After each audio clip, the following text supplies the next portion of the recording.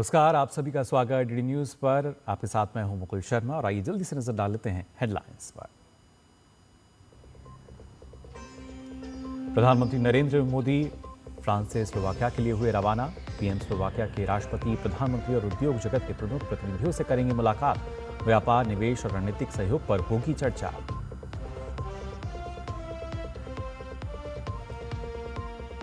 Bharat France के बीच द्विपक्षीय वार्ता से संबंधों में नई गति। द्विपक्षीय संबंधों में हुई प्रगति की हुई समीक्षा। रणनीतिक, आर्थिक और रक्षा सहयोग समेत कई अहम मुद्दों पर हुई चर्चा।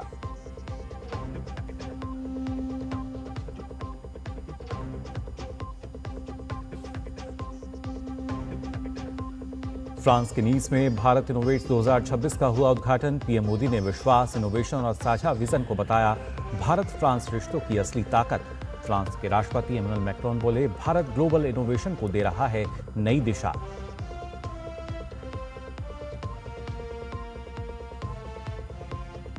टीएमसी के बागी सांसदों का बड़ा फैसला। बाकी सांसदों ने nationalist citizen party of India में विलय कर एनडीए का समर्थन देने की कही बात। वहीं अभिषेक बनर्जी की मांग, लोकसभा स्पीकर बागी गुटों को न दें मान्यता।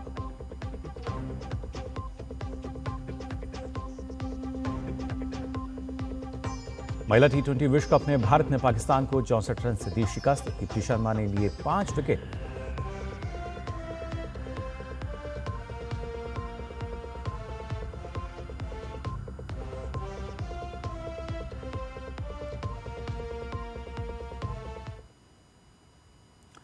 और आइए अब खबरें देखते हैं विस्तार से। सबसे पहले बात करते हैं प्रधानमंत्री नरेंद्र मोदी की यात्रा को लेकर। प्रधानमंत्री फ्रांस से आपको बता दें स्लोवाकिया दौरे के लिए रवाना हो गए हैं। पीएम वहां शीर्ष नेतृत्व के साथ बैठक कर द्विपक्षीय सहयोग में हुई प्रगति की समीक्षा करेंगे। साथ ही सहयोग में विस्तार की संभावनाओं पर विचार विमर्श किया जाएगा। स्लोवाकिया की स्वतंत्रता के बाद किसी भारतीय पीएम की ये वहां की पहली यात्रा है। और इससे पहले अगर बात की जाए तो प्रधानमंत्री नरेंद्र मोदी और फ्रांस के राष्ट्रपति इमैनुअल मैक्रोन के बीच वार्ता के बाद द्विपक्षीय सहयोग से जुड़े बड़े फैसले हुए। दोनों देशों ने विभिन्न क्षेत्रों में संबंधों को नई ऊंचाई पर ले जाने पर सहमति जताई। प्रधानमंत्री नरेंद्र मोदी और फ्रांस के राष्ट्रपति इमैनुअल मैक्रों की नीस में मुलाकात के दौरान द्विपक्षीय सहयोग में विस्तार पर सहमति बनी। दोनों नेताओं ने भारत फ्रांस विशेष वैश्विक रणनीतिक साझेदारी में हुई प्रगति की समीक्षा की। बैठक में कई बड़े निर्णय हुए। फैसला हुआ कि अगले 5 वर्षों में द्विपक्षीय व्यापार को दोगुना करने का लक्ष्य हासिल करने के लिए एक उच्च स्तरीय वार्षिक तंत्र गठित किया जाएगा। जो ट्रेडिशनल एरियाज रहे हैं द्विपक्षीय व्यापार में, चाहे वो टेक्नोलॉजी के क्षेत्र में हो, चाहे इंजीनियरिंग गुड्स के क्षेत्र में हो, चाहे टेक्सटाइल्स के क्षेत्र में हो, तो उन चीज़ों पे तो बात आगे बढ़ेगी ही बढ़ेगी। लेकिन बाकी जिन विषयों की मैंने अभी चर्चा की है, जो रक्षा का क्षेत्र है या न्यूक्लियर का क्षेत्र है, स्पेस के क्षेत्र में हमने बातचीत नहीं की, लेकिन स्पेस का क्षेत्र भी एक बहुत बड़ा क्षेत्र है। और आज भारत इनोवेट्स के चलते बहुत सारी नई चीज़ों के बारे में मैं कहूँगा न सिर्फ फ्रांस की जनता को, लेकिन एक तरह से वैश्विक स्तर पे लोगों को पता चला है कि भारत में क्या क्या संभव है। पीएम और राष्ट्रपति मैक्रों की बैठक में भारत फ्रांस इनोवेशन रोडमैप 2030 तय किया गया। दोनों देश एआई गवर्नेंस पर केंद्रित साझा एआई वर्किंग ग्रुप स्थापित करेंगे। मोबिलिटी के क्षेत्र में सहयोग बढ़ाने का भी फैसला किया गया। Prime minister in this context invited French universities to open campuses in India under the new education policy, and also welcomed President Macron's commitment to facilitating Indian students who are pursuing higher education here. बैठक में aeronautics और उससे जुड़े क्षेत्रों में कौशल विकास के लिए NSTI Kanpur में एक राष्ट्रीय उत्कृष्टता केंद्र की स्थापना, पेरिस हवाई अड्डे और नीस में UPI का विस्तार, 10 अतिरिक्त भारतीय स्टार्टअप्स के इंक्यूबेशन पर भी सहमति बनी। रक्षा और सुरक्षा सहयोग पर बातचीत के दौरान मेक इन इंडिया पर जोर रहा। जो अंडरलाइंग थीम था वो यही था कि जिस भी डिफेंस प्लेटफॉर्म की हम बात करें, इस एक बात को हमें बेसिस लेके आगे बढ़ना होगा कि ज़्यादा से ज़्यादा लोकल कंटेंट हो, लोकल मैन्युफैक्चरिंग हो, और इसी तरह से जो हमारा सहयोग हो उसको इस चीज़ को ध्यान में रखते हुए डिजाइन किया जाए। पीएम और फ्रांस के राष्ट्रपति ने अहम अंतर्राष्ट्रीय और क्षेत्रीय मुद्दों पर भी विचारों का आदान प्रदान किया। भारत और फ्रांस के रिश्तों में पिछले कुछ वर्षों में तेजी से प्रगति हुई है। प्रधानमंत्री नरेंद्र मोदी की फ्रांस यात्रा कूटनीति से आगे बढ़कर भविष्य की साझेदारी की यात्रा है। रक्षा से लेकर डीप टेक तक, स्टार्टअप से लेकर रणनीतिक सहयोग तक, भारत और फ्रांस दोनों देश 21वीं सदी की चुनौतियों और अवसरों के हिसाब से अपने संबंधों को आकार दे रहे हैं। फ्रांस के शहर नीस से कैमरामैन योगेश के साथ ममता चोपड़ा, डीडी न्यूज। और आपको बता दें, फ्रांस के शहर नीस में भारत इनोवेट्स 2026 का उद्घाटन हुआ। राष्ट्रपति इमैनुअल मैक्रोन ने कहा कि भारत ग्लोबल इनोवेशन को एक नई दिशा दिखा रहा है। वहीं प्रधानमंत्री नरेंद्र मोदी ने कहा कि भारत का डीएनए इनोवेशन है और वो समावेशी, मानव केंद्रित और वैश्विक हित के लिए काम कर रहा है। Bharat innovates is an invitation to the world to co-create the next chapter of global innovation with India. प्रधानमंत्री नरेंद्र मोदी और फ्रांस के राष्ट्रपति इमैनुअल मैक्रोन ने नीस में मुलाकात की। दोनों नेताओं की मौजूदगी में भारत इनोवेट्स 2026 का उद्घाटन हुआ। प्रधानमंत्री ने कहा कि भारत तकनीक के क्षेत्र में सिर्फ उपभोक्ता नहीं बल्कि कंट्रीब्यूटर बनकर उभरा है। भारत इनोवेट्स का आयोजन भारतीय नवाचार और नवोन्मेष की गति और तेज करेगा। भारत इनोवेट्स का ये मंच भारत के टैलेंट और यूरोपियन कैपिटल के बीच एक ब्रिज बन रहा है। एक ऐसा प्लेटफॉर्म जहां भारत के यंग माइंड्स को यूरोपियन एक्सपर्टीज से जुड़ने का अवसर मिल रहा है। एक ऐसा भारत जो सॉल्यूशंस का कंज्यूमर नहीं, सॉल्यूशंस का कंट्रीब्यूटर बनकर के उभरा है। भारत इनोवेट्स में शामिल स्टार्टअप्स और उनकी तकनीक को प्रधानमंत्री नरेंद्र मोदी और राष्ट्रपति मैक्रोन ने देखा। आयोजन में कुल 120 स्टार्टअप्स हिस्सा ले रहे हैं। ये भारत के कुछ चुनिंदा स्टार्टअप्स हैं, जबकि भारत में फिलहाल 2 लाख स्टार्टअप्स काम कर रहे हैं। इस इकोसिस्टम के साथ भारत दुनिया का तीसरा सबसे बड़ा स्टार्टअप इकोसिस्टम है। फ्रांस भारतीय इनोवेशन की यात्रा में एक अहम साझेदार है। प्रधानमंत्री ने कहा कि ग्लोबल गुड ही भारतीय इनोवेशन का मंत्र है। Bharat innovates with scale and speed. Bharat innovates for a sustainable future, and Bharat innovates for the whole world. Innovation और inclusion एक दूसरे के विरोधी नहीं है, बल्कि पूरक है।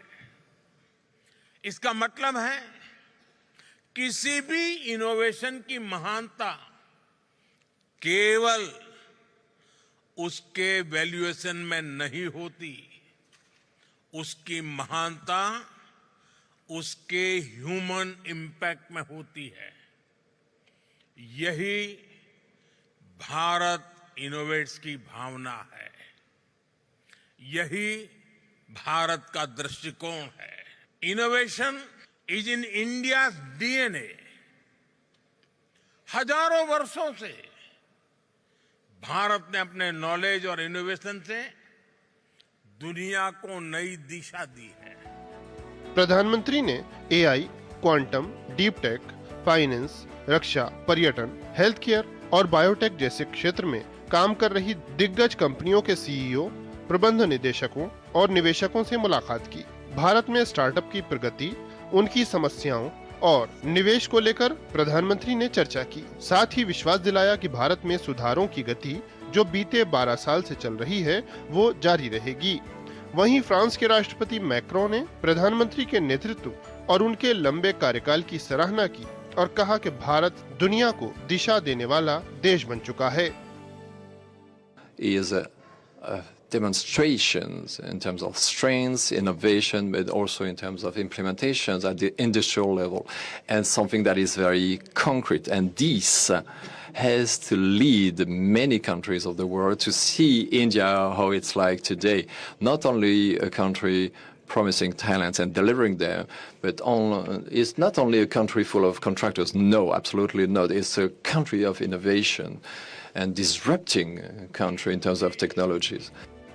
इनोवेशन को लेकर प्रधानमंत्री ने स्पष्ट कहा कि ये पूरी तरह से मानव केंद्रित और वैश्विक हित में होना चाहिए।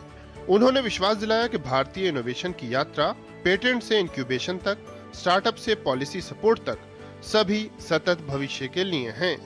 भारत इनोवेट्स के उद्घाटन के साथ ही अब ये इनोवेशन का संस्करण रफ्तार पकड़ रहा है, जहां एक और हमने देखा कि विभिन्न इन्वेस्टर्स, कॉर्पोरेट जगत के दिग्गज हमारे डीप टेक स्टार्टअप्स के साथ संवाद करते नजर आए, तो वहीं जहां एक और राष्ट्रपति मैक्रो ने भारत की इसी इनोवेशन की क्षमता को सामने रखा, इसको सराहा, तो वहीं प्रधानमंत्री नरेंद्र मोदी ने भी विश्व से जो आह्वान किया कि आइए भारत के साथ मिलकर वैश्विक समस्याओं के समाधान के लिए साथ आएं, सह विकास करें, सह अनुसंधान करें, ताकि वैश्विक चुनौतियों का समाधान हम मिलकर तलाश सकें, लॉन्ग टर्म कोलैबोरेशंस और पार्टनरशिप्स कर सकें। ये आह्वान इनोवेशन के लिए और विश्व के लिए भी बहुत महत्वपूर्ण है। नीस से कैमरामैन योगेश के साथ ममता चोपड़ा, डीडी न्यूज। और राष्ट्रपति मैक्रोन ने प्रधानमंत्री मोदी को उनके सफल सबसे लंबे कार्यकाल के लिए शुभकामना दी। उन्होंने कहा कि ये कार्यकाल भारत को सुदृढ़ बनाने की उनकी दृढ़ता दर्शा रहा है। Dear Prime Minister, I would like to congratulate you, of course, for being here, but also because a few days ago you've become the Prime Minister with the longest serving time since the independence of India. This long run says a lot about your determined action with the strength of your country and its wonderful assets and your leadership. So we are very proud to have you here. प्रधानमंत्री Narendra Modi France से Slovakia दौरे पर रवाना हो गए हैं। PM वहां Slovakia के राष्ट्रपति, प्रधानमंत्री और उद्योग जगत के प्रमुख प्रतिनिधियों से मुलाकात करेंगे। भारत और स्लोवाकिया के बीच बढ़ते व्यापार, निवेश और रणनीतिक सहयोग के बीच ये दौरा बेहद ही अहम माना जा रहा है।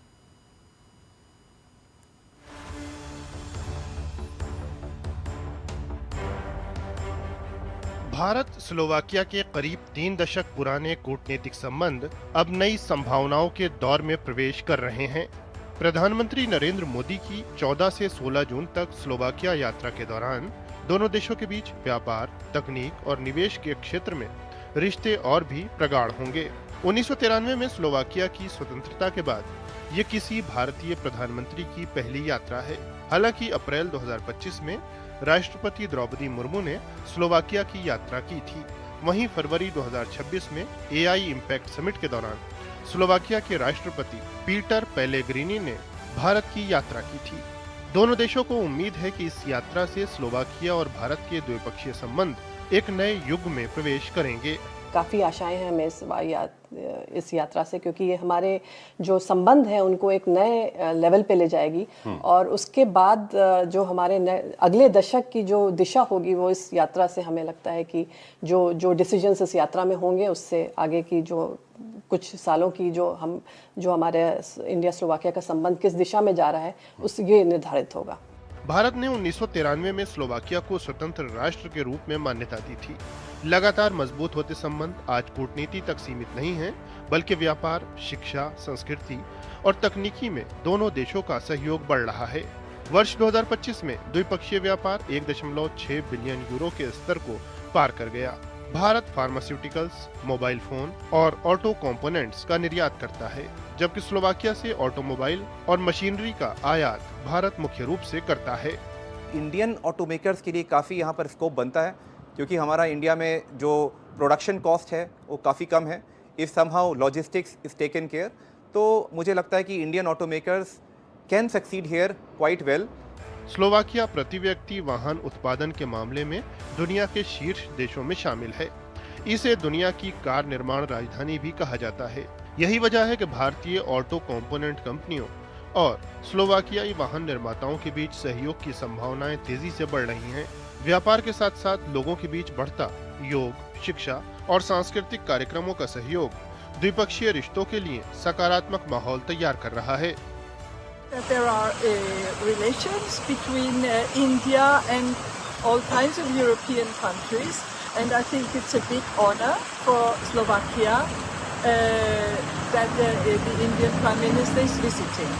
भविष्य में आईटी, एआई, हरित ऊर्जा और विनिर्माण जैसे क्षेत्रों में सहयोग की नई संभावनाएं आकार ले रही हैं। ऐसे में प्रधानमंत्री की ये यात्रा केवल एक राजनयिक कार्यक्रम नहीं, बल्कि भारत और स्लोवाकिया के बीच भविष्य की आर्थिक और रणनीतिक साझेदारी की मजबूत नींव रखने वाली यात्रा मानी जा रही है।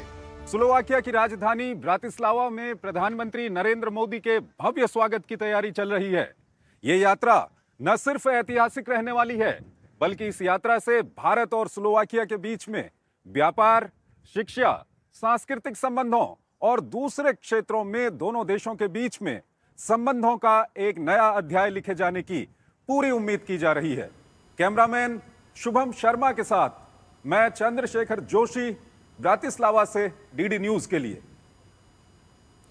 प्रधानमंत्री नरेंद्र मोदी 14 से 16 जून तक यूरोपीय देश स्लोवाकिया का दौरा कर रहे हैं। 1993 में स्लोवाकिया की स्वतंत्रता के बाद ये किसी भी भारतीय प्रधानमंत्री की स्लोवाकिया की पहली यात्रा है। पीएम मोदी के नेतृत्व में दोनों देशों के संबंधों में काफी प्रगति देखने को मिली है। आखिर क्यों है भारत और स्लोवाकिया के रिश्ते इतने खास, आइए जान लेते हैं इस रिपोर्ट में।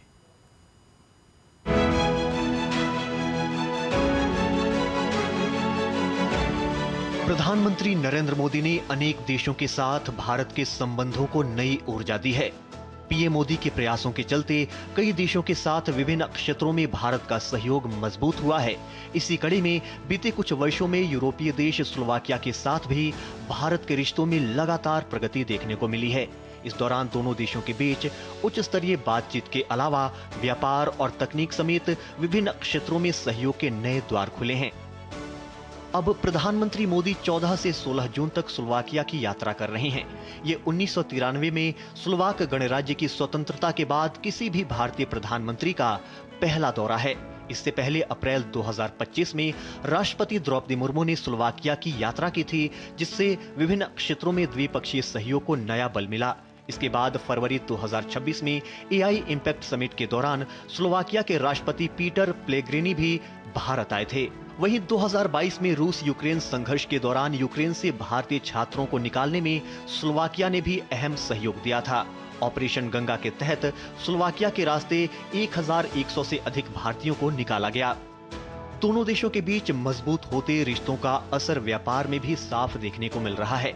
स्लोवाक सांख्यिकी कार्यालय के आंकड़ों के अनुसार 2024 में भारत स्लोवाकिया द्विपक्षीय व्यापार $1 अरब को पार करते हुए रिकॉर्ड $1.3 अरब दर्ज किया गया। वहीं 2025 में ये और बढ़कर $1.8 अरब तक पहुंच गया। इसमें भारत ने स्लोवाकिया को $1.5 अरब का निर्यात और स्लोवाकिया से $28.4 करोड़ का आयात किया। व्यापार के अलावा राजनयिक स्तर पर भी स्लोवाकिया भारतीय हितों के पक्ष में खड़ा रहा है। स्लोवाकिया संयुक्त राष्ट्र सुरक्षा परिषद में भारत की स्थायी सदस्यता का समर्थन करता रहा है।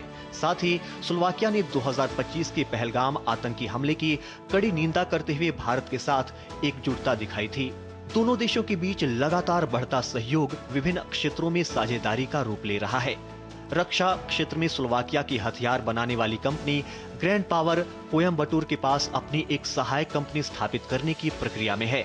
वहीं सितंबर 2023 में भारत और स्लोवाकिया ने परमाणु ऊर्जा के क्षेत्र में तकनीकी जानकारी के आदान प्रदान पर एक MOU पर हस्ताक्षर किए थे। जून 2017 में भारत ने स्लोवाकिया की पहली सैटेलाइट SK-Cube को भी लॉन्च किया था।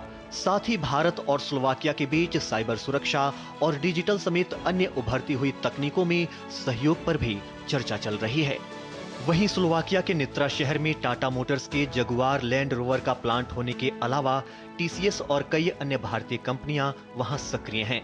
साथ ही स्लोवाकिया में करीब 11,000 भारतीय प्रवासी भी रहते हैं।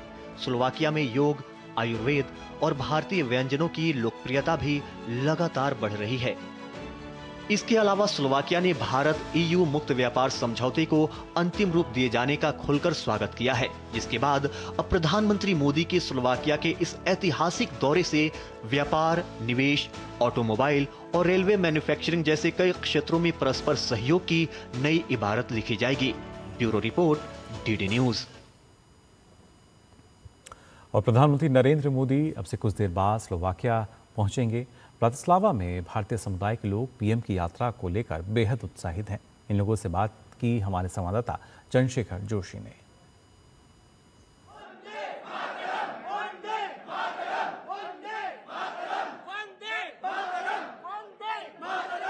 कुछ ही देर में प्रधानमंत्री नरेंद्र मोदी स्लोवाकिया की राजधानी ब्रातिस्लावा पहुंचने वाले हैं और यहां पर काफी संख्या में भारतीय समुदाय के लोग जुटे हुए हैं प्रधानमंत्री के स्वागत के लिए। आइए इनसे बातचीत करते हैं, कितने उत्साहित ये लोग हैं। हम बहुत एक्साइटेड है कि हमारे पीएम मोदी यहाँ पर आ रहे हैं और मैं यहाँ पे अराउंड 8-9 इयर्स से रह रही हूँ। So it's going to be like a decade that our prime minister is going to be over here. So it's very honored that we have this opportunity to meet him. It's a huge, I would say, experience, and we are very glad that we are able to experience it here. Prime Minister of India is visiting Slovakia first time in the 35 years, so it's like we are very kind of excited. This is my first time from Slovakia. I will see my Prime Minister, you know.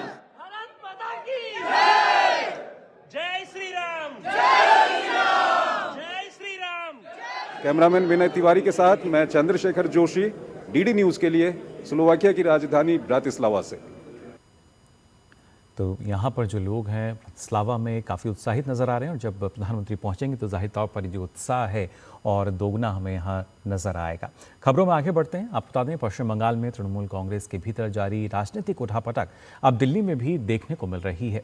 TMC के कई बागी सांसदों ने केंद्रीय मंत्री भूपेंद्र यादव के घर पर बैठक के बाद लोकसभा अध्यक्ष से मुलाकात कर लोकसभा में अलग से बैठने की मांग की।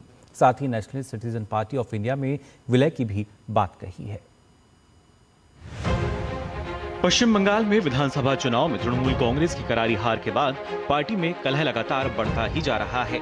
कई विधायकों ने ममता बनर्जी से बगावत कर अलग गुट बना लिया है, तो वहीं कई सांसदों ने भी अपना अलग रास्ता खोजना शुरू कर दिया है। इसी कड़ी में तृणमूल कांग्रेस के कई बागी सांसद केंद्रीय मंत्री भूपेंद्र यादव के घर पहुंचे और बैठक की।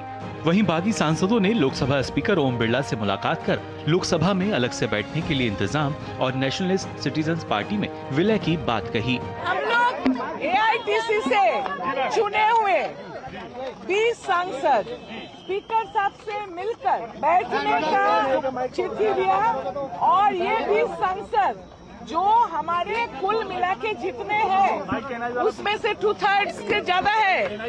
हम ये जो झूठ appeal nationalist party of India से। इस बीच तृणमूल के बागी गुट को मान्यता न दिए जाने की मांग करते हुए तृणमूल सांसद और पार्टी के राष्ट्रीय महासचिव अभिषेक बनर्जी ने लोकसभा अध्यक्ष ओम बिरला को पत्र लिखा है। इस पत्र को तृणमूल कांग्रेस सांसद कीर्ति आजाद और सागरिका घोष ने लोकसभा अध्यक्ष को सौंपा। हालांकि तृणमूल कांग्रेस के भीतर जारी उठापटक पर भाजपा का कहना है कि ये उनकी पार्टी का आंतरिक मामला है। टीएमसी के बागी सांसदों का काफिला जो है वो लोकसभा अध्यक्ष ओम बिरला के निवास पर पहुंचा है और सांसदों की इसके पहले मुलाकात जो है केंद्रीय मंत्री और बंगाल प्रभारी भूपेंद्र यादव से हुई और उसके बाद जो है सांसदों का काफिला यहाँ पर अंदर पहुंचा है और जो बागी सांसद है वो एक एक करके गाड़ियों में यहाँ पर अंदर गए हैं। अब कौन किसको सपोर्ट कर रहा है वो हमारा मामला नहीं, उनके मामला है। पार्लियामेंट में जैसे बैठेंगे स्पीकर के पास जाएंगे, उनको जो ठीक लगेगा बोलेंगे। तृणमूल को देखने का हमको जरूरत नहीं है, कौन आया कौन गया हमको देखने की जरूरत नहीं है, लेकिन तृणमूल कांग्रेस पार्टी नहीं रहेगा ये तो हम लोग को भी देख पा रहा हूँ। 22 में ले, 29 में ले, 40 में ले, ये उन लोगों का विषय है, ये हमारा कोई विषय नहीं है। तृणमूल का इंटरनल बात है। इतना दिनों से जो तृणमूल जैसे तरीके से चल रहे थे, अभी हारने के बाद सबको लगा कि अभी बोलना चाहिए, अभी उससे दूर होना चाहिए, तो ये हो रहा है। वहीं पश्चिम बंगाल के चर्चित सिग्नेचर फॉर्जरी यानी कथित फर्जी हस्ताक्षर मामले में तृणमूल कांग्रेस के राष्ट्रीय महासचिव अभिषेक बनर्जी एक बार फिर पूछताछ के लिए कोलकाता के भवानी भवन पहुंचे। शुक्रवार को उनसे करीब 5.5 घंटे तक पूछताछ हुई थी। जांच कर रही सीआईडी अब इस मामले में अलग अलग नेताओं के बयानों का मिलान कर रही है। इसी सिलसिले में तृणमूल नेता कुणाल घोष से सीआईडी दफ्तर में पूछताछ हुई। मामला विधानसभा से जुड़े एक विवादित पत्र में कथित तौर पर विधायकों के फर्जी हस्ताक्षरों के आरोपों से जुड़ा है। कलकत्ता हाईकोर्ट ने अभिषेक बनर्जी को जांच में सहयोग करने का निर्देश दिया है, जबकि उन्हें फिलहाल गिरफ्तारी से अंतरिम राहत भी मिली हुई है।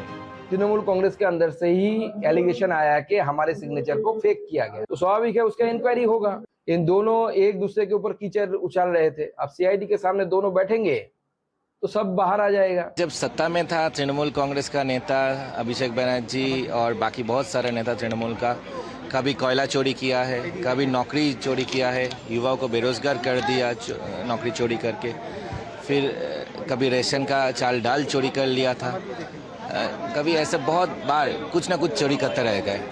तृणमूल कांग्रेस में विधानसभा में हार के बाद कई स्तरों पर टूट और फूट नजर आ रही है। विधायकों और सांसदों में काफी ज्यादा गुस्सा पार्टी नेतृत्व को लेकर है, जो उभरकर सबके सामने आ रहा है। ब्यूरो इनपुट के साथ सौरभ दत्ता और अजीत द्विवेदी की रिपोर्ट, डीडी न्यूज। और वहीं टीएमसी सांसद काकोली घोष दस्तीदार के बेटे बैद्यनाथ घोष दस्तीदार ने ममता बनर्जी पर गंभीर आरोप लगाए हैं। बैद्यनाथ घोष ने पार्टी की कार्यशैली पर सवाल उठाते हुए दावा किया है कि आरजीकर मामले में उनकी मां द्वारा किए गए एक सोशल मीडिया पोस्ट को आईपैक ने हटा दिया था। बैद्यनाथ घोष ने यह भी आरोप लगाया कि आरजीकर मामले में की गई उनकी एक फेसबुक पोस्ट को हटाने के लिए भी दबाव बनाया गया था। उनके यहाँ तक अगर बात की जाए, उन्होंने ये कहा कि यदि फॉरेंसिक ऑडिट कराया जाए तो सोशल मीडिया गतिविधियों और संबंधित कॉल रिकॉर्ड्स के जरिए तथ्यों की पुष्टि की जा सकती है। मेरी मां ने ट्वीट की थी प्रोटेस्ट करके, आईपैक ने वो ट्वीट हटा दी। ठीक है, आप ट्विटर, ये तो ट्विटर में आपको मिल जाएगा, अगर एक फोरेंसिक ऑडिट होती है तो ट्विटर में मिल जाएगा। मैंने फेसबुक पे एक पोस्ट दिया कि the principal should resign, the MSV should be sacked. फिर एसपी दास ने माँ को फ़ोन किया, कहा कि बोलो उसको हटाने को, तो मेरे माँ का तो फ़ोन है, आप कॉल रिकॉर्ड चेक कीजिए कि कुछ लोग भ्रष्टाचार करेंगे, क्राइम करेंगे, और पुलिस जिसका काम है भ्रष्टाचार के खिलाफ काम करना, वो भ्रष्टाचारी और क्रिमिनल को अरेस्ट ना करके जो विक्टिम है उनको डराती थी। किस तरह की सरकार चल रही थी। मेरे माँ ने प्रोटेस्ट किया, मैंने इंटरनली माँ ने कई लोगों से बात की, और मैंने तो पब्लिकली प्रोटेस्ट किया, मैं दिखा सकता हूँ। बेंगलुरु में विकसित भारत के कार्यक्रम के दौरान केंद्रीय वित्त मंत्री निर्मला सीतारमण ने विपक्ष के नेता राहुल गांधी पर निशाना साधते हुए कहा कि लोकसभा में उनके भाषणों में अक्सर देश की उपलब्धियों को कमतर आंकने और निराशा का माहौल बनाने की कोशिश दिखाई देती है। विकसित भारत कार्यक्रम में संबोधित करते हुए वित्त मंत्री ने कहा कि भारत के सामने किसी तरह की आर्थिक आपदा नहीं खड़ी है। उन्होंने कहा कि अंतर्राष्ट्रीय मुद्रा कोष यानी IMF अपनी रिपोर्ट्स में लगातार भारत को दुनिया की सबसे तेजी से बढ़ती हुई प्रमुख अर्थव्यवस्था बता रहा है।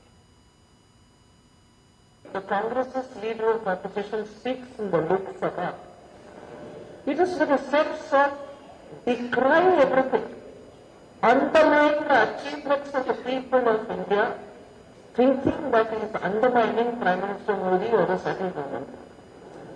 It is undermining the people of India, constantly saying, you know, everything is going to crumble in the next few weeks, you will see it. There is a big disaster awaiting. There is no disaster awaiting India. Kashi Hindu विश्वविद्यालय के स्वतंत्रता भवन में विज्ञान भारती का 7वां राष्ट्रीय सम्मेलन आयोजित किया गया, जिसका उद्घाटन उत्तर प्रदेश के मुख्यमंत्री योगी आदित्यनाथ ने किया। यह संगठन राष्ट्रीय स्वयंसेवक संघ से जुड़ा हुआ माना जाता है। कार्यक्रम में देश के कई प्रमुख वैज्ञानिक, शिक्षाविद और शोधकर्ता शामिल हुए। इसके साथ ही आरएसएस के कई वरिष्ठ पदाधिकारी भी इस आयोजन में उपस्थित रहे।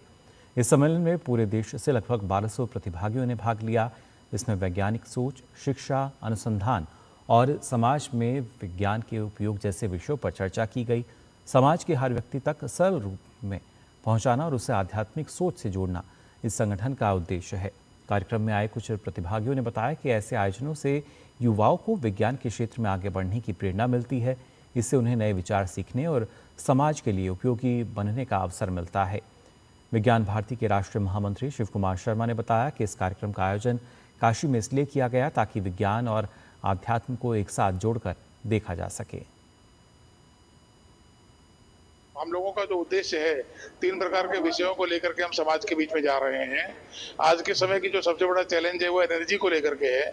इस नाते से नेट जीरो फॉर विकसित भारत, ये इस दृष्टि को लेकर जा रहे हैं। पूरे समाज में स्वास्थ्य को लेकर के एक बड़ी समस्याएं बनी हुई हैं, विशेष करके यंगस्टर्स के बीच में जंक फूड को लेकर के समस्या है। तो हेल्थ के इश्यूज को लेकर के हम विज्ञान के जगत के आधार पर समाज के बीच में जा रहे हैं। और तीसरा जो विषय है, ये पूरे देश के समाज के आधार पर विचार करने वाले जो पक्ष है वो AI आधारित है। तो AI एंड एथिक्स, इन 3 प्रकार के विषयों को लेकर के हम समाज के बीच में जाने वाले हैं और इस 2 दिन के अंदर इन तीनों विषयों पर बहुत विचार विमर्श हुआ है, मंथन हुआ है। पार्टी के साथ मैं 2 साल से जुड़ी हुई हूँ। अभी यहाँ पे मेरे को कॉन्फ्रेंस वगैरह मतलब सबसे मिलके अच्छा लगा। लाइक इंडियन नॉलेज सिस्टम को हम मतलब न्यूज़ के साथ कैसे जोड़ सकते हैं, हम रिसर्च के फैक्टर में क्या कर सकते हैं, उन सब के बारे में ऐसे ज़्यादा जानकारी मिली। अयोध्या के राम मंदिर में दान पात्रों से कथित धनराशि चोरी के मामले ने सियासी हलकों में हलचल बढ़ा दी है। उत्तर प्रदेश सरकार ने मामले की जांच के लिए 3 सदस्यीय विशेष जांच दल यानी SIT का गठन किया है। सरकार का कहना है कि अगर जांच में किसी भी स्तर पर गड़बड़ी सामने आती है तो दोषियों के खिलाफ कड़ी कार्रवाई होगी। वहीं बीजेपी नेताओं ने SIT की जांच पर भरोसा जताते हुए कहा कि पूरी सच्चाई सामने आएगी।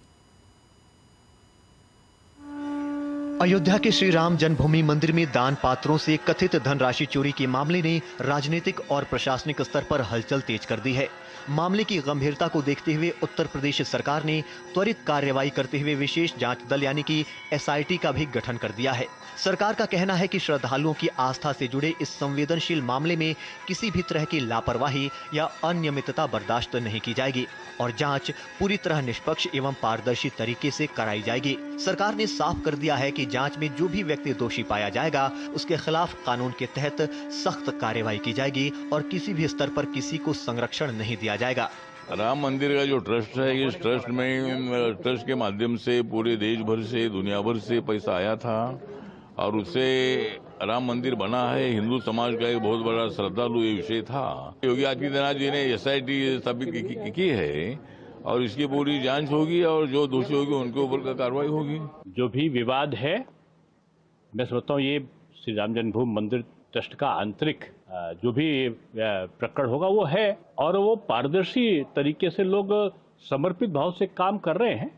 जो भी होगा, अब SIT का गठन हो चुका है। क्या गलत है क्या सही है वो तो दूध का दूध पानी का पानी आएगा। माननीय मुख्यमंत्री जी के नेतृत्व वाली जो NDA सरकार है और माननीय प्रधानमंत्री जी के नेतृत्व वाली जो NDA सरकार है वो किसी भी ऐसी घटना का संज्ञान लेते हुए कड़ी से कड़ी कार्रवाई करने का मादा रखती है। SIT का रिपोर्ट आने दीजिए, अगर कोई दोषी है तो उसके बाद कड़ी कार्रवाई।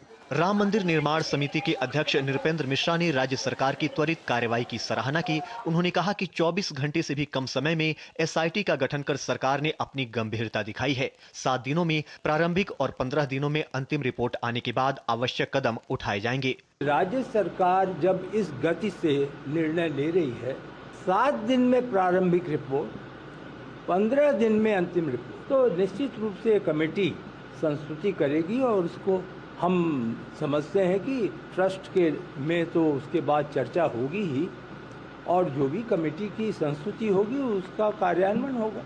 श्री राम जन्मभूमि मंदिर के दान पात्रों से कथित धनराशि चोरी के मामले की जांच के लिए उत्तर प्रदेश सरकार ने जांच की कमान सूबे के सबसे अनुभवी और सख्त अधिकारियों के हाथों में सौंपी है।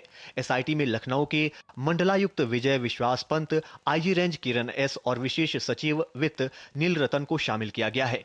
SIT 7 दिनों के भीतर अपनी प्रारंभिक रिपोर्ट और 15 दिन में अंतिम रिपोर्ट सौंपेगी। दान पात्रों से धनराशि चोरी के कथित मामले को लेकर सोशल मीडिया पर चर्चाओं और राजनीतिक बयानबाजी के बीच श्री राम जन्मभूमि तीर्थ क्षेत्र ट्रस्ट ने विशेष जांच की मांग की थी। अब SIT की जांच पर सभी की निगाहें टिकी हैं, जिससे पूरे मामले की सच्चाई सामने आने की उम्मीद जताई जा रही है। Bureau report, DD news. और वहीं केरल के प्रसिद्ध सबरीमाला मंदिर में सोने की कथित चोरी के मामले की जांच SIT कर रही है। आज मंदिर की कुछ महत्वपूर्ण कलाकृतियों को वैज्ञानिक जांच के लिए खोलने की प्रक्रिया शुरू कर दी गई है। ये जांच का अंतिम चरण है, जिसके बाद SIT अदालत में अपनी चार्जशीट दाखिल कर सकती है। यह कार्रवाई केरल हाईकोर्ट के 8 जून के आदेश के बाद शुरू की गई है।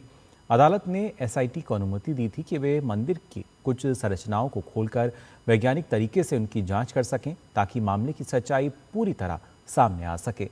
SIT ने अदालत को बताया कि मंदिर के गर्भगृह के अंदर कुछ नमूने ले लिए गए हैं, लेकिन अभी कुछ प्लेट्स की जांच तकनीकी और व्यवहारिक कारणों से पूरी नहीं हो पाई है।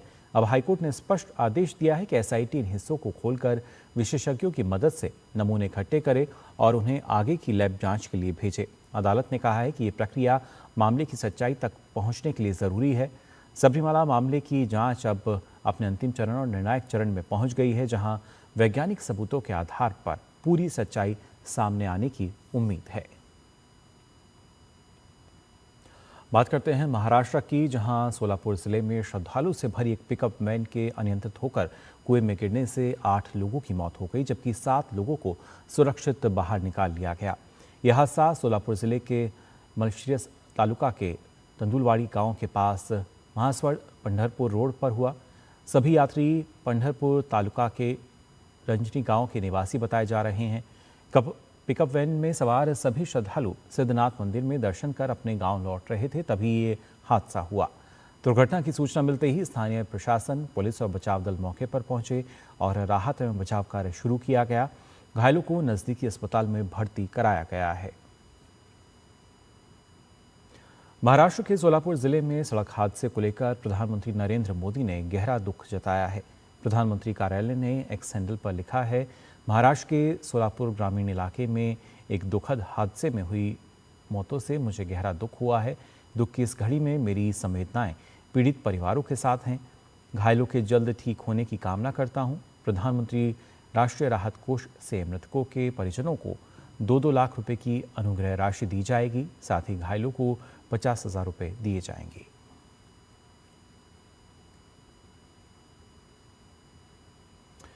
मुनव्वम भूमि विवाद के बीच केंद्र सरकार ने केरल वक्फ बोर्ड को एक नोटिस जारी किया है। केंद्र ने बोर्ड से उस प्रक्रिया पर स्पष्टीकरण मांगा है जिसके तहत विवादित मुनव्वम भूमि को वक्फ संपत्तियों के केंद्रीकृत डिजिटल रजिस्ट्री पोर्टल उम्मीद पर अपलोड किया गया है। केंद्र सरकार ने बोर्ड को 5 दिनों के भीतर जवाब देने का निर्देश दिया है।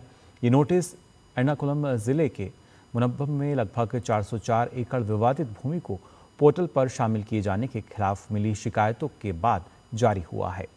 रिपोर्ट्स के अनुसार पिछले महीने बोर्ड ने अपनी विशेष शक्तियों का इस्तेमाल करते हुए इस जमीन को रजिस्ट्री में दर्ज किया था। केंद्र सरकार के इस नोटिस पर प्रतिक्रिया देते हुए केरल वक्फ बोर्ड के अध्यक्ष KS हमचा ने कहा कि बोर्ड इस मामले पर अपनी आगामी बैठक के बाद जवाब देगा। बोर्ड की ये बैठक 16 जून को निर्धारित है।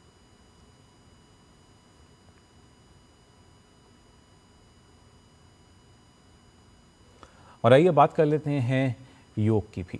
अंतर्राष्ट्रीय योग दिवस 2026 से पहले मुंबई में इजरायल के कॉन्सुलेट जनरल ने एक खास योग सेशन आयोजित किया। इस कार्यक्रम का उद्देश्य योग के माध्यम से शारीरिक, मानसिक और आध्यात्मिक स्वास्थ्य के महत्व को रेखांकित करना था। डीडी न्यूज़ से बात करते हुए मुंबई में इजरायल के कॉन्सुलेट जनरल यानी रेवाच ने कहा कि योग ने उनके जीवन पर सकारात्मक प्रभाव डाला है और लंबे समय से चली आ रही स्वास्थ्य समस्याओं से उबरने में मदद की है। उन्होंने योग को अपनी दैनिक वेलनेस रूटीन का अहम हिस्सा बताया। उन्होंने भारत की समृद्ध सांस्कृतिक विरासत की सराहना करते हुए कहा कि योग आज पूरी दुनिया में स्वास्थ्य, संतुलन और बेहतर जीवन शैली का प्रभावी माध्यम बन चुका है।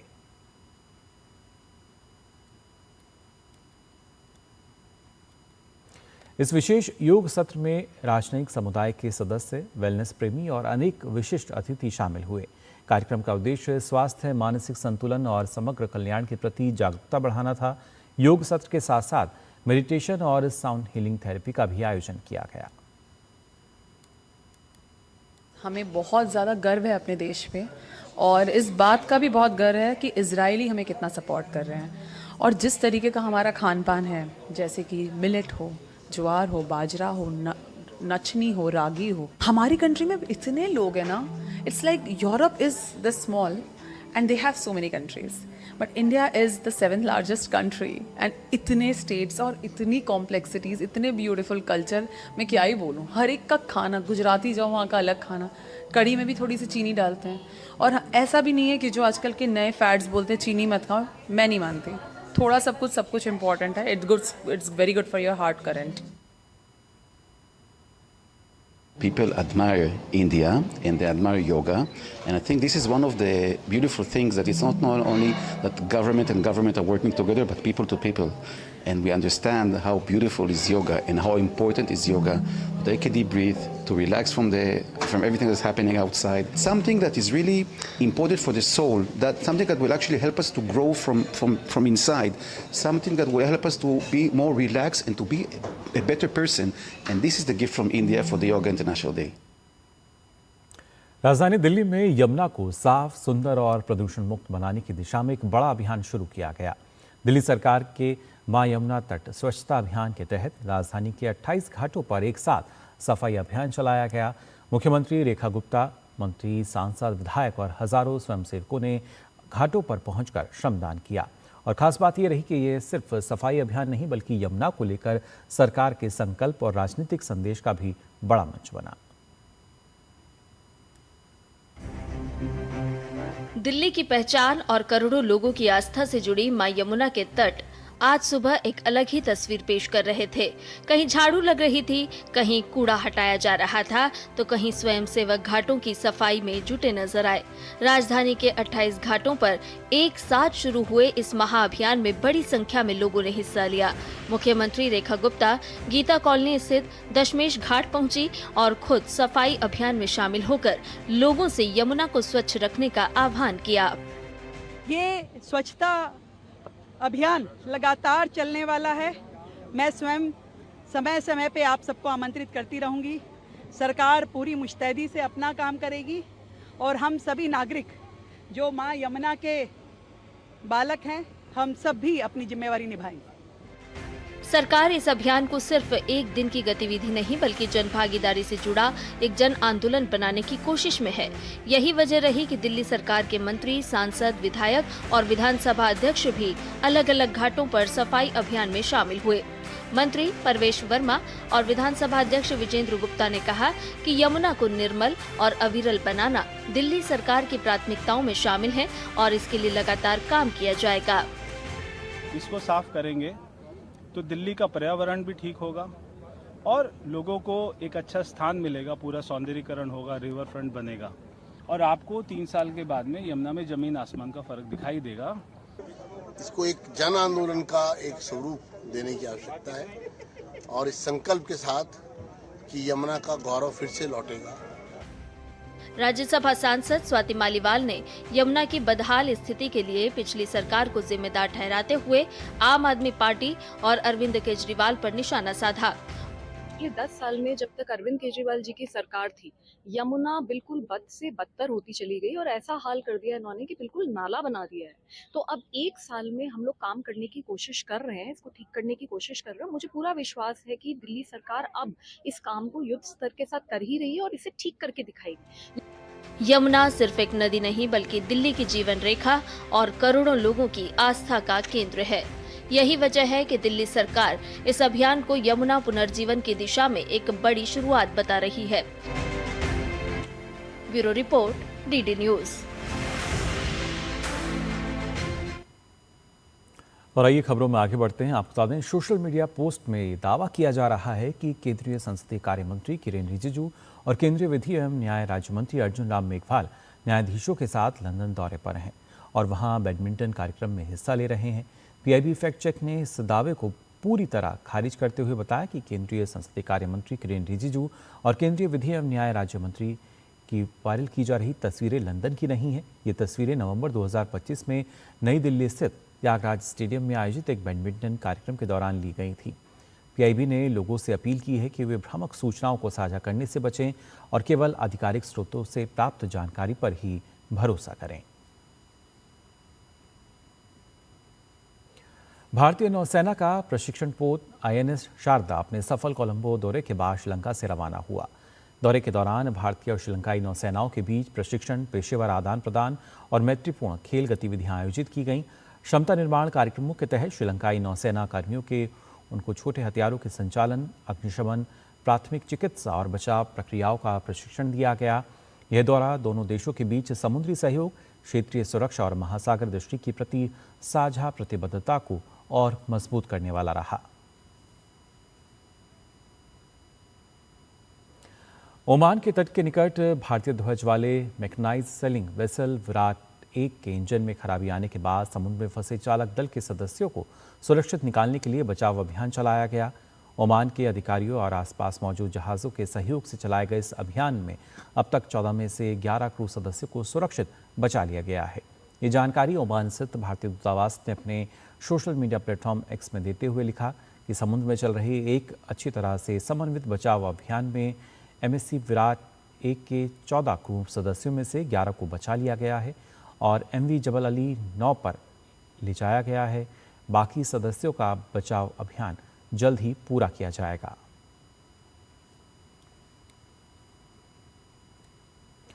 अमेरिका और ईरान के बीच दशकों पुराने तनाव में अब नया मोड़ दिख रहा है। दोनों देशों के बीच एक समझौता ज्ञापन का अंतिम ड्राफ्ट तैयार हो चुका है। अमेरिकी राष्ट्रपति डोनाल्ड ट्रंप लगातार दावा कर रहे हैं कि ईरान के साथ समझौता बस होने ही वाला है।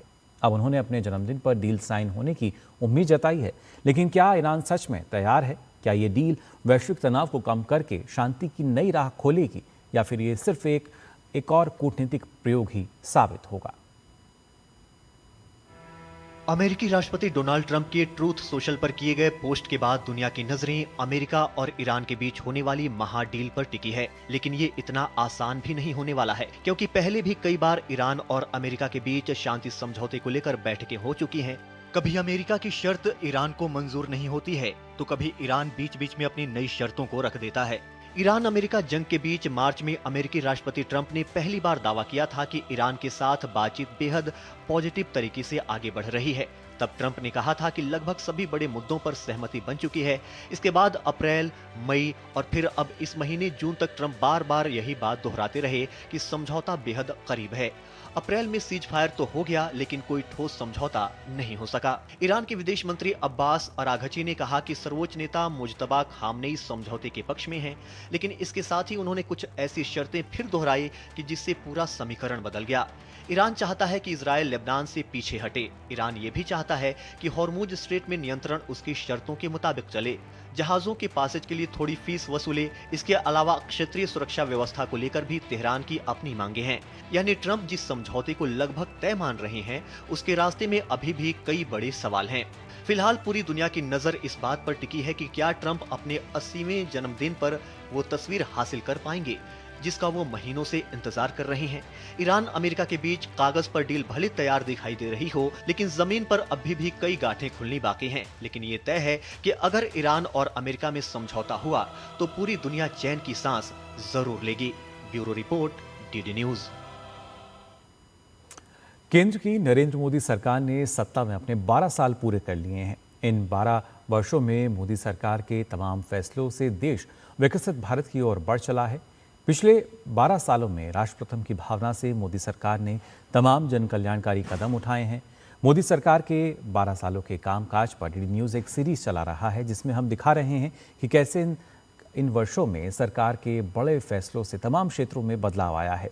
तो आइए देखते हैं हमारी खास सीरीज विकसित भारत की ओर बढ़ते कदम।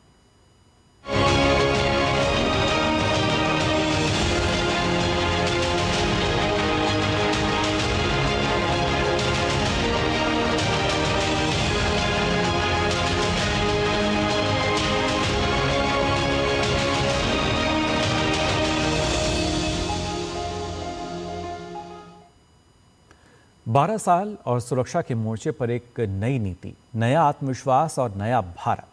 सर्जिकल स्ट्राइक से लेकर बालाकोट एयर स्ट्राइक तक, अनुच्छेद 370 हटाने से लेकर नक्सलवाद पर निर्णायक चोट तक, प्रधानमंत्री नरेंद्र मोदी के नेतृत्व में भारत ने सुरक्षा के सवाल पर अपनी रणनीति और सोच दोनों बदली हैं।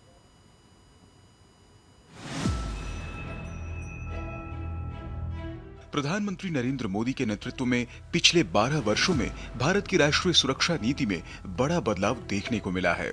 अब भारत रणनीतिक संयम के पुराने ढर्रे को छोड़कर आक्रामक रक्षा की राह पर चल पड़ा है।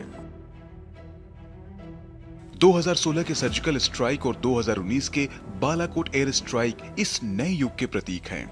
इन कार्रवाइयों ने दुश्मन के परमाणु ब्लैकमेल को बेअसर करते हुए यह साफ कर दिया कि भारत अब आतंकवाद को कतई बर्दाश्त नहीं करेगा और सीमा पार जाकर भी प्रहार करेगा। भारत अब दुश्मन के घर में घुसकर माकूल जवाब भी देता है।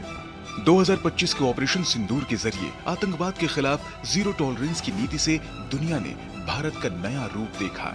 इस नीतिगत बदलाव ने वैश्विक स्तर पर भी आतंकवाद के खिलाफ भारत की आत्मरक्षा के अधिकार को एक मजबूत संप्रभु देश के रूप में स्थापित किया है। Op Sindoor was a great success. इसने दुनिया में हमारी जो पोजीशन है, हमारी रिस्पेक्ट है, बढ़ा दी है। क्योंकि 88 आवर्स के अंदर हमने सिर्फ इतना सक्सेसफुल ऑपरेशन किया जिसमें 20% पाकिस्तान एयरफोर्स को हमने तबाह कर दिया। अब सिंदूर चालू है और अगर कुछ भी एडवेंचर करने की कोशिश करेंगे, मिस एडवेंचर करने की कोशिश करेंगे पाकिस्तान वाले, तो सबक जो सिखाया जाएगा उसके बाद विल बी फिनोमेनल। सिर्फ सीमा पार ही नहीं, देश के भीतर भी सुरक्षा के मोर्चे पर बड़ा बदलाव आया। प्रधानमंत्री नरेंद्र मोदी के दृढ़ एवं निर्णायक नेतृत्व में नक्सल मुक्त भारत का सपना साकार हुआ है और अब विकसित भारत के विजन को प्राप्त करने की राह में एक और रुकावट दूर हो गई है। नक्सलवाद के प्रति अपनाई गई इस कठोर और स्पष्ट नीति की वजह से ही 2014 में जहां नक्सल प्रभावित जिलों की संख्या 126 थी, वहीं अब सिर्फ 2 जिले ही बचे हैं। मोदी सरकार की अचूक कार्रवाई में जहां दर्जनों नक्सली कमांडर ढेर हुए, तो वहीं हजारों नक्सली हथियार छोड़कर मुख्य धारा में भी लौटे। ये सभी नक्सली देश की विकास गाथा का हिस्सा बने।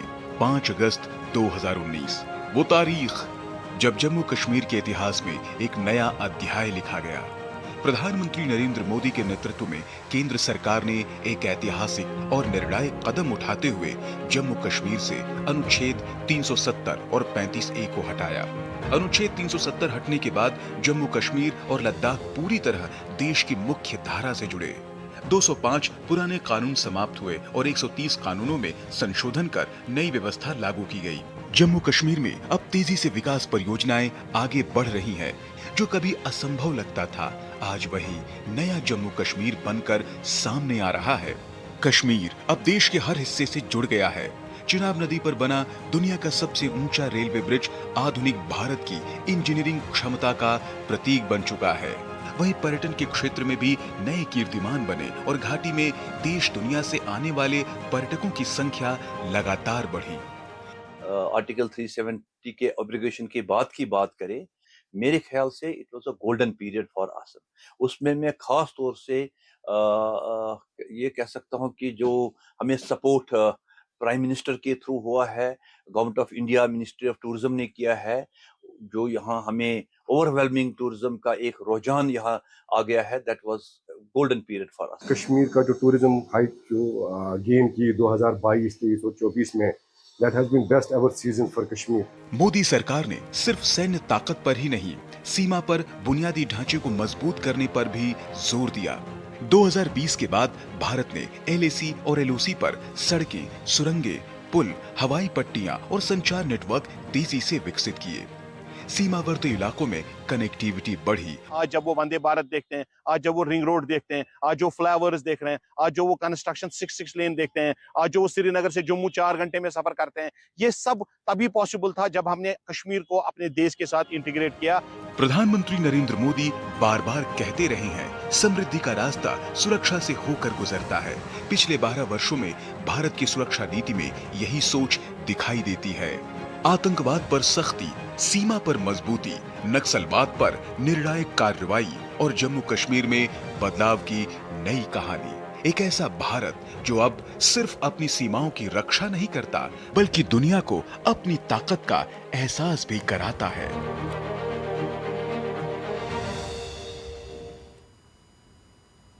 तो भारत हर मोर्चे, हर मैदान पर हमें आगे नजर आता है। और मैदान की बात जब हम कर रहे हैं तो आइए खेल जगत की खबरें आपको बता देते हैं। बात कर लेते हैं वर्ल्ड कप T20 क्रिकेट की को लेकर। महिला T20 विश्व कप 2026 के अपने पहले मुकाबले में भारत ने शानदार जीत दर्ज की है। पाकिस्तान को 64 रनों से हराकर टीम इंडिया ने जीत के साथ अपने अभियान का आगाज किया। रविवार को खेले गए मैच में भारत ने पहले बल्लेबाजी करते हुए 170 रन बनाए थे। स्मृति मंधाना ने 44 गेंदों में सर्वाधिक 68 रनों की पारी खेली। हरमनप्रीत कौर ने 36 और ऋचा घोष ने अंत में तूफानी बल्लेबाजी करते हुए मात्र 17 गेंदों में 34 रन बनाए और स्कोर को 170 तक पहुंचाया। जवाब में पाकिस्तान की टीम 17 ओवर में सिर्फ 106 रन ही बना सकी और ऑल आउट हो गई। दीप्ति शर्मा ने 5 विकेट झटके और वह महिला T20 क्रिकेट में सबसे ज्यादा विकेट लेने वाली गेंदबाज बनी।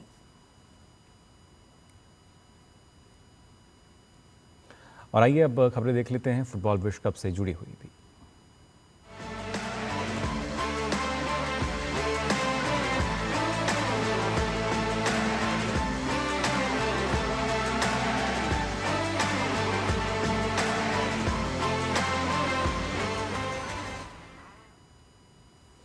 फीफा विश्व कप के टिकटों को लेकर मारामारी का दौर देखने को मिल रहा है। या तो टिकट मिल नहीं रहा और अगर मिल रहा है तो वो भी काफ़ी महंगा। ऐसे में न्यूयॉर्क शहर का द मार्क होटल आपके लिए एक बड़ा ऑफर लेकर आया है। क्या है उनका ये ऑफर और किस तरह से ये आपकी फुटबॉल की दीवानगी को चरम तक पहुंचा सकता है, इसके लिए देखिए खास रिपोर्ट।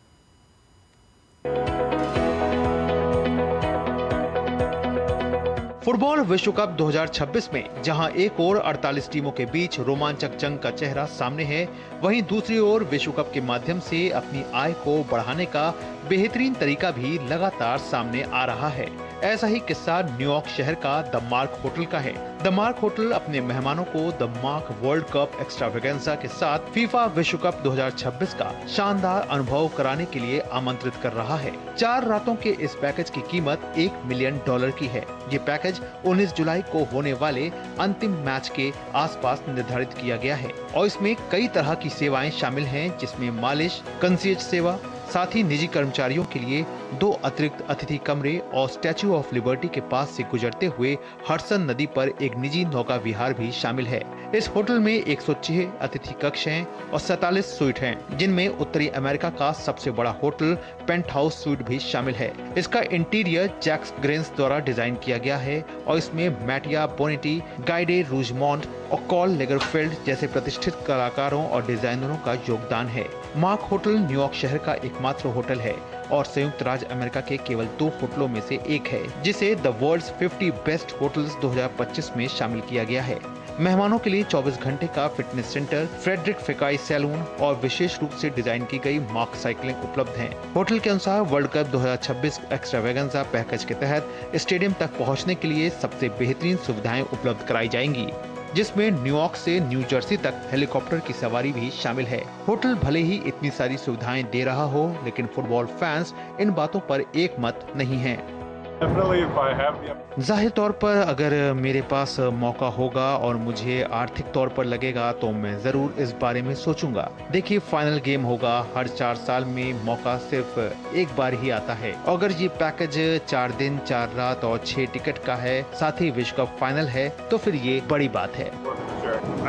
आराम से विचार किया जाए, ये समझा जाए कि अगर आप न्यूयॉर्क शहर में हैं, विश्व कप का फाइनल मुकाबला है, बड़ा टूर्नामेंट है, एक ऐशो आराम के साथ आप होटल में बैठे हैं, तो ऐसा जीवन में सिर्फ एक ही बार हो सकता है।